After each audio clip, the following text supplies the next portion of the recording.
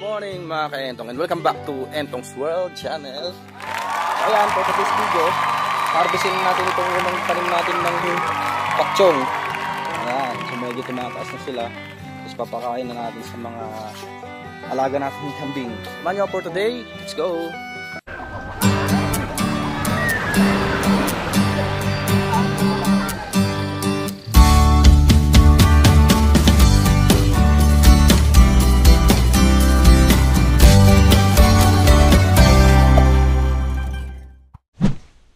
So ayan, magandang araw po sa inyong lahat. Andito po tayo sa ating taniman ng Napier. So nagbabalik tayo dito sa ating mini farm dito sa probinsya. So ito lang a little update po sa ating mga alagang pakchong. So ayan, mapapansin nyo, nagtutumbahan na sila. Kailangan na talagang harvestin. Ayan. Tapos gagawin natin after natin ma-harvest, lalagyan na rin natin siya ng ng fertilizer. Kasi nga para mas maganda yung kanyang tubo. So ito first harvest natin to. Expected natin by the next month ang mangyayari is mas maganda yung tubo. And then pasyal pa tayo dito sa bandang likuran. So ito may mga bagong araro ditong Di natin alam kung anong tatanim. Ayan yung mga pakchong natin, Super Napier. Natabas na rin yung mga yan. So ayan, nagkakabitinan tayo sa pagkain ng pagpapakain sa kambing. So ayun ang kaimportantehan ng yun ang importantehan ng meron tayong mga tanim na ganito, lalo pag tag-ulan, kasi mahirap manguha ng kumpay lalo pag mga bumabagyo. Ayan. Tapos a little update din tayo dito sa ating sitaria grass. Ayan, nagsisitubuhan na yung iba. Yung iba hindi natin alam kung buhay ba or hindi, parang patay na yung iba. So, ayan. Tapos papalinis natin to later. Dito tignan din natin kung may mga nabuhay ba. Ayan, namatay yung iba. So i-replace natin to. Ayan. Ganyan nakatas yung ating pakchong. So lampas na sa atin. Tara, harvestin na natin.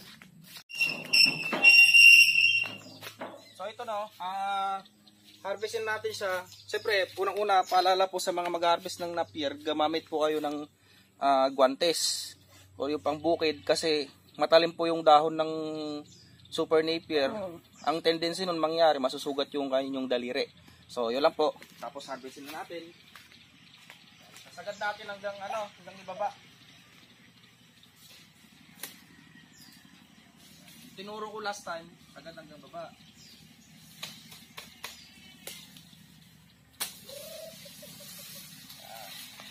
Tapos yung mga pagpuputulan natin, pwede natin itong ipunla ulit. So additional na sa bandang dulo kasi pinaplano natin na taniman ulit ng Napier yun.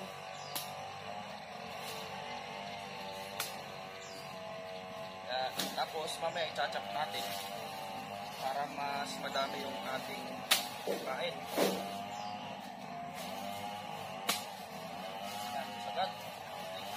Sagad yung ating magputol para yung routing system niya mas ganda.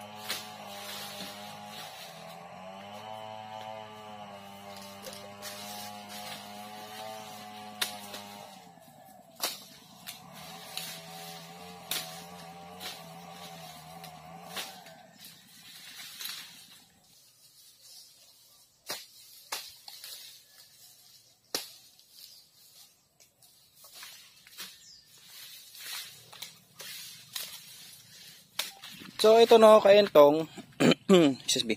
Yung una nating hinarvest, yung isang linya. So isang linya pa lang yan, pero yung na-harvest na natin, ayan no, ganyan kadami. So ayan ang advantage ng nagtatanim tayo ng Super Napier grass. So sa mga may bakanting lote, kung may alaga kayong mga kambing, kuneho, ganyan, advantage ito kasi napakadali siyang buhayin. Tapos in a few weeks or few months, ma-harvest nyo na siya. Gaya nito, ilang buwan pa lang ito na-harvest na natin. Wala pa tong synthetic fertilizer. So later, itatry natin siyang lagyan ng fertilizer na yung binebenta sa bayan. So lalagyan natin to para yung next na tubo niya mas malago. So ayan, nagsisilabasan pa lang yung yung mga usbong ng ng Napier. Yan, tapos recap lang tayo kung gaano kalapad yung dahon niya. So magsasample tayo ng dahon ng pakchong. Ayan ganyan siya kalapad. So itong palad ko tingnan niyo naman napakalapad. So tara na, pakain na natin to dun sa ating mga alagang kambing. And then to pala, ayan yung mga nakat natin. Natin to niyan, ibababad natin sa tubig. Tapos dun sa part ng maramais, dun sa dulo, dun yung lalagyan natin kasi nga sayang naman yung panahon kung habang bakasyon natin is maglalagay na tayo para mas marami tayong mapag-harvestan soon. So ayan ginagawa ko. Tapos chop natin yung same process.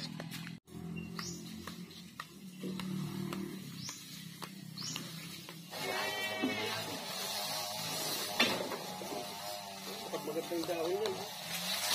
Sana yung mga dahon.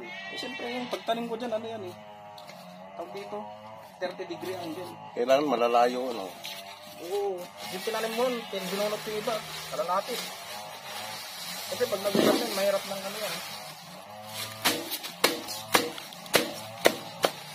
Yung mga dahon, maski dangka lang ko, dangka lang laki. Yan, ganyan.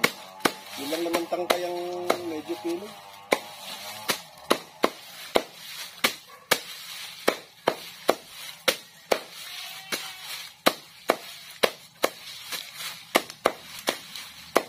Kung hektarya tanim mong ganito, di ka mahirapan. Madali problema yung pakain. Madali lang i-harvest.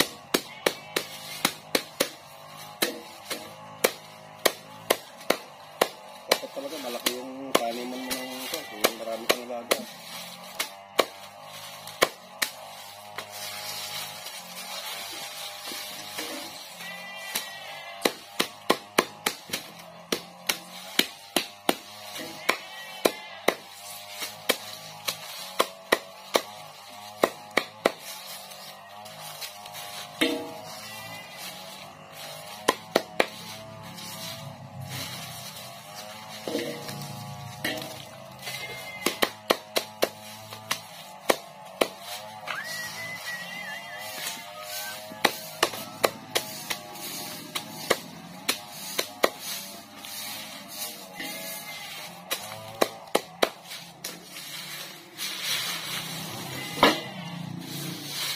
Ito yung una nating natadtad na Napier grass. Tapos may natira pa. So ganun sa karami. Isang linya lang yon, tapos ilang meters lang, mga 3 meters lang yung linya. Tapos ito na yung ating nakuha. Then next natin is gagawin, pakain na natin dun sa ating mga alagang kambing.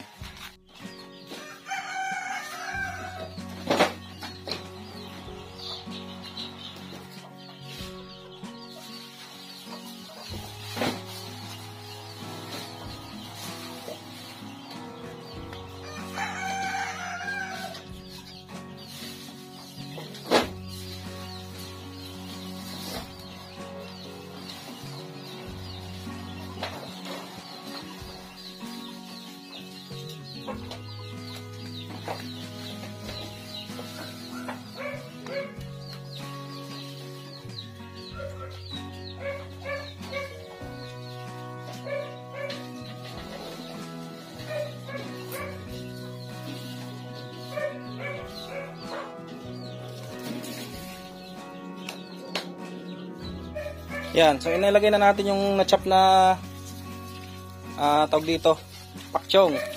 So, same process pa din, tulad ng ating mga previous vlogs, ganyan yung ginagawa ko sa pakchong. That's much better if yung pakchong nyo is 45 days.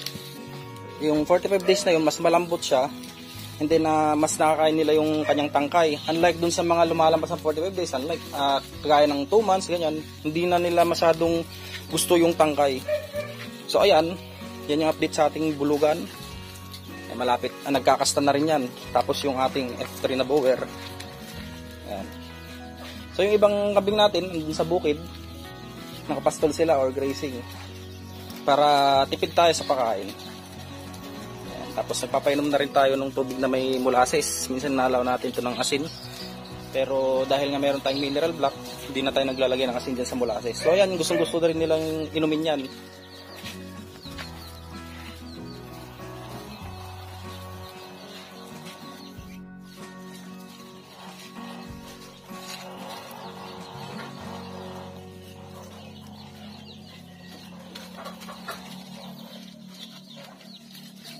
Tsaka yung may napansin tayo, yung behavior ng mga bulugan, kung mapapansin nyo yung kanyang bad part ng ulo, ayan, medyo parang basa. Ayan po yung kanyang ihi. So iniihian nyo yung kanyang katawan, kaya nagiging maanggo sila.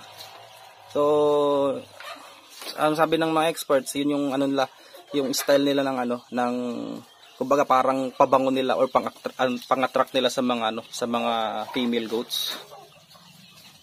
Ayan, medyo ano na siya. Lumaki na yung ating bulugan dati. Ang late lang nito nung binili natin. So ayan, ready to ano na yan, ready to use for breeding na. Tapos yung ating bower, nintay na lang natin na mag-hit. Papaistad natin sa full blood na bower.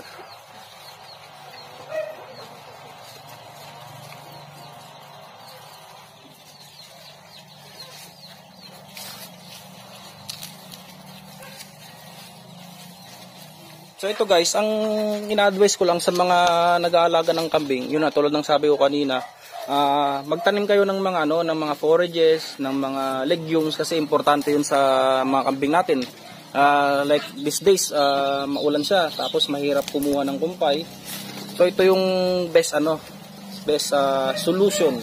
Kumbaga naka-ready na. Itatanim mo na lang tapos i-harvest mo na lang. Hindi ka na mahihirapan na maghanap ng pagkain ng sa kambing. Unlike yung mga kasi yung traditional na nangyari, yung grazing. Yung grazing kasi maganda rin siya kasi mas maraming nakakain yung ating alagang kambing.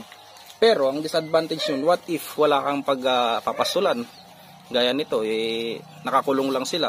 So much better na naka-ready yung ating mga pakain sa kambing. And then isa pa ito, malaking tulong din itong itong silage na to, or yung core silage.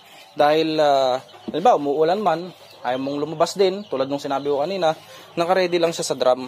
So ito, ang bili ko dito is 600 per drum. So, i-refill lang yun iba pa yung drum. Kasi pag may drum ka, ito, i-replace lang nila. Tapos yan, punong-puno yan hanggang sa itaas, yung corn silage. So, ito yung pinaka magandang pakain sa kambing, yung corn silage. Kasi kumpleto yan, may kanin na may ulam pa.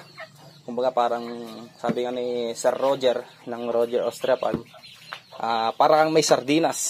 Yan, sardinas sa tao, saka ito silage. So habang kumakain yung ating mga alagang kambing, ito na yung update sa ating mga Setaria grass. So pudpod. Ang nangyari, tinutukan ng mga manok. Yan yung ibang Setaria natin, yung patubo pa lang. And then dito yung part na makapal. Ayan. So ngayon kasi tag-ulan, makikita ninyo, maganda rin yung tubo nila. Ilang days pa lang to pero ayan nga, na-harvest na tapos tumutubo na agad. Ito yung mga yung source natin ng pangpunla. So marami kasing nagtatanong sa akin kung nagbebenta ba ako as of now. Pero wala pa talaga kasi tag-ulan, mahirap yung kumpay. So ang nangyayari, dito kami kumukuha ng additional na pakain sa mga kambing natin.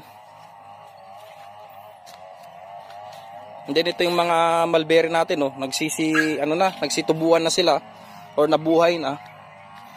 So magandang senyales yan na buhay na sila. Kasi bilis tumaas. Ang pinaplano natin dito, guys, lalagyan natin siya ng fertilizer na lang. Kasi nga Hindi rin nila maharap maglagay ng organic. So lalagay na lang natin yung synthetic. So no choice tayo dito. Pero kung maglalagay abono, pakunti-kunti lang naman pwede na yun. Kasi tignan nyo, bilis lang tumubo. Wala pang fertilizer ito. Yun lang, kung di ka matyagang maglinis, magdamo, kaya mangyayari. Ayan yung iba ito rin Pag naglagyan to ng abono, siguradong lalago. So ayun, balik na tayo sa kulungan. Tignan natin kung ubos na ba nila yung pagkain nila. Ayan, so hindi pa nila ubos. Cut muna natin yung video natin for today. So yun lang muna. So yun lang muna ating video for today mga kaentong. Sa mga hindi pa po nakasubscribe sa aking YouTube channel, please subscribe to Entong's World channel. Click nyo rin po ang notification bell para updated kayo sa ating mga next YouTube vlog. So thank you guys and God bless po sa inyong lahat. Ingat po kayo lagi. Bye.